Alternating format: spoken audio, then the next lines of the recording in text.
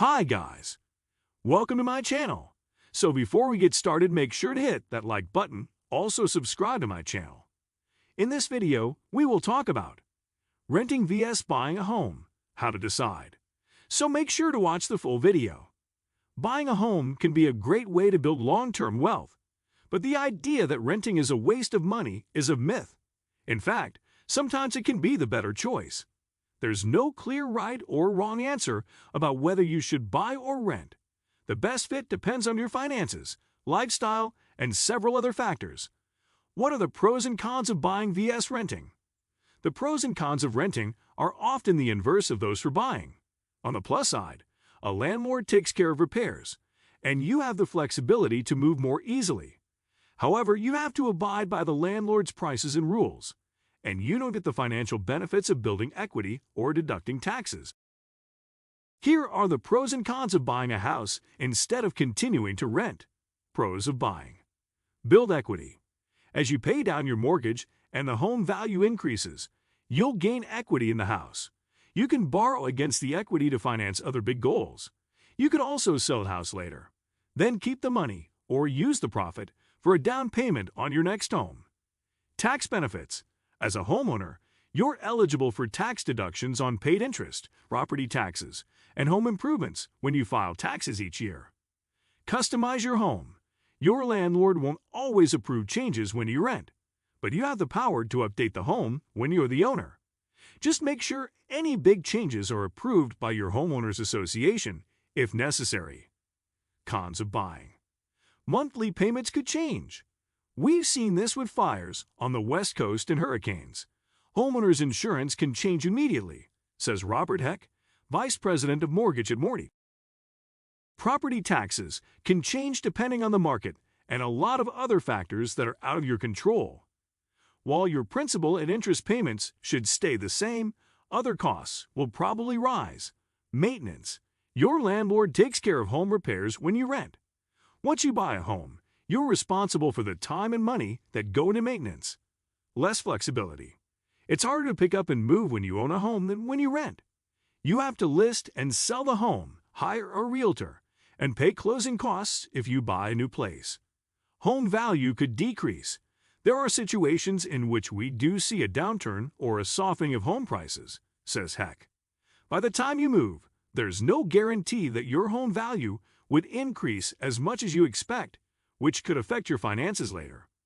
Is it a good time to buy a house? It's crucial to consider if the timing is right to buy. This doesn't just refer to whether it's a good time in the real estate market. You should also ask yourself whether it's the right time in your life to buy. Inventory. Low inventory is poised to remain a defining factor of the real estate market. The number of available homes on the market keeps dropping. Private investors are snapping up properties. Boomers are doubling up by buying second houses, and America has been underbuilding for at least a decade. In June 2021, a study commissioned by the National Association of Realtors estimated that America is short 6.8 million homes. It's not going to be a quick fix, says Jessica Lotz, a vice president at the National Association of Realtors. It can be especially difficult to find homes at an accessible price for new buyers. The number of starter homes in America is at a 50-year low. The lack of housing drives a competitive landscape. Bidding wars became common in the red-hot market during the pandemic. Prospective buyers had to dig even deeper into their pockets to bid for the houses they wanted. Something on-the-fence buyers should consider or prepare for if their area remains cutthroat. Additionally, a lack of housing may force compromise for prospective buyers. Mark Stapp, a real estate professor at Arizona State University, warns against having unrealistic expectations. He says buyers need to understand the limits of their budget and be willing to make trade-offs in size, price, location, or amenities. Low inventory can make it more difficult to buy a home, but it doesn't necessarily mean you shouldn't buy. Just know that wish lists might have to be negotiated when there aren't enough properties to begin with. Prices. Housing prices continue to rise at a faster pace than income. The 17% spike from 2020 to 2021 was uncommonly high, but prices rose around an average 5% annually from 2012 to 2019, according to data from Fannie Mae. In January 2022, the median sale price for American homes was $365,000, according to the real estate firm Redfin. New York real estate agent Lauren Howitz advises clients to think about how long they plan to stay in a home. If buyers are looking during an especially robust time, the length of their investment matters. If you're buying for 30 years, it doesn't really matter as much, Howitz, a broker with Compass, says. If you're buying for 5 to 7 years, I cannot guarantee you that you're going to get all the money back. When creating a budget, Stapp says not to set an upper limit that's too high. Buyers might want to stretch to reach their highest possible price, he cautions, but an unexpected jump in costs, like gas or food prices, might put stress on their monthly budgets. You've got to make sure you have enough buffer to absorb some of these shocks, he says. Interest rates. The interest rate you lock in for a mortgage will greatly determine your monthly payments. Mortgage rates are affected by a wide range of factors, including the overall economy and the short-term interest rates set by the Federal Reserve. During the pandemic, the Fed kept short-term interest rates historically low. However, policymakers were poised to begin raising them again as the economy recovers. Buyers can't control macroeconomic forces, but can still tip the scales in their favor.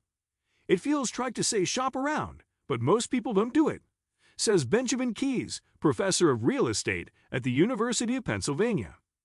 Almost half of home buyers do not seriously consider more than one lender or mortgage broker before applying, according to a study from the Consumer Financial Protection Bureau. A 30-year fixed mortgage isn't just some plain vanilla contract, Keys said. Instead, there are variations across lenders in the rate and origination fees they'll offer you. It sounds like really lame advice, but can actually save thousands of dollars over the life of the loan, Keys says. It can even help to treat it just like a salary negotiation, informing banks what rates you were able to find elsewhere. Make the banks compete with one another. They'll be very clear when they can't, says Keys. Timeline. Market factors can fluctuate, but experts stress that the decision of when to buy is ultimately personal. The most important question any individual should consider is, how long do I plan to live here? Renting provides some of that flexibility in life, says Stapp. Living in a rental allows people to make quicker changes to their lifestyle or to move for better job opportunities. Such rapid changes can make the costs of homeownership burdensome in the short term. Selling a house is a longer process and includes many more costs, such as transfer taxes, realtor fees, title insurance, and origination fees on a mortgage. A family's size and its potential to grow is another factor to consider. If you're going to have very different needs as the family grows, then owning, for a really short period of time, can be very costly, Keys says. Homeownership also costs more than just the monthly mortgage payment. Repairs and upgrades can dig into an individual's savings. Keys says buyers need to be prepared for maintenance issues that are potentially very costly and are going to vary quite a bit depending on the age of the house and how well a house has been maintained. Fixing a roof, for example, might be a steep cost if you're selling a home in the short term. Can I afford to buy a house? When deciding whether you can afford to buy a house, you should look at two aspects: the upfront costs and monthly payments. Upfront costs. The most obvious upfront expense is the down payment. You can often get a conventional mortgage with as little as 3% down. You should also factor closing costs into your upfront expenses. This could include an appraisal, an underwriting fee, a mortgage origination fee, and even a certain amount of property taxes paid at closing. Finally, ask yourself how much you want to have left in savings after closing. By completely draining your savings to buy a house, you put yourself at risk in case of an emergency. Monthly payments. To determine how much you can afford to pay monthly, a good strategy is to follow the 28/36 rule. The 28/36 rule refers to how much debt you can take on to still qualify for a conforming mortgage. According to the rule, you should spend 28% or less off your gross monthly income, which is the amount you earn before paying taxes, on housing. This includes your mortgage, property taxes, mortgage insurance, homeowner's insurance, and HOA fees, but not costs like utility bills. The rule also states that you should spend a maximum of 36% of your gross monthly income on all debts, such as your mortgage, car loan payments, and student loan debt. Many lenders follow the 28/36 rule when deciding how much to approve you to borrow. Every lender is different, though, so you may qualify even if you have more debt. Regardless, it's important to consider how much you can pay each month and still live comfortably. What do you think of our video? Let me know in the comment section below. If you enjoyed this video, make sure to hit that like button. Also subscribe to our channel before you go. Thank you for watching.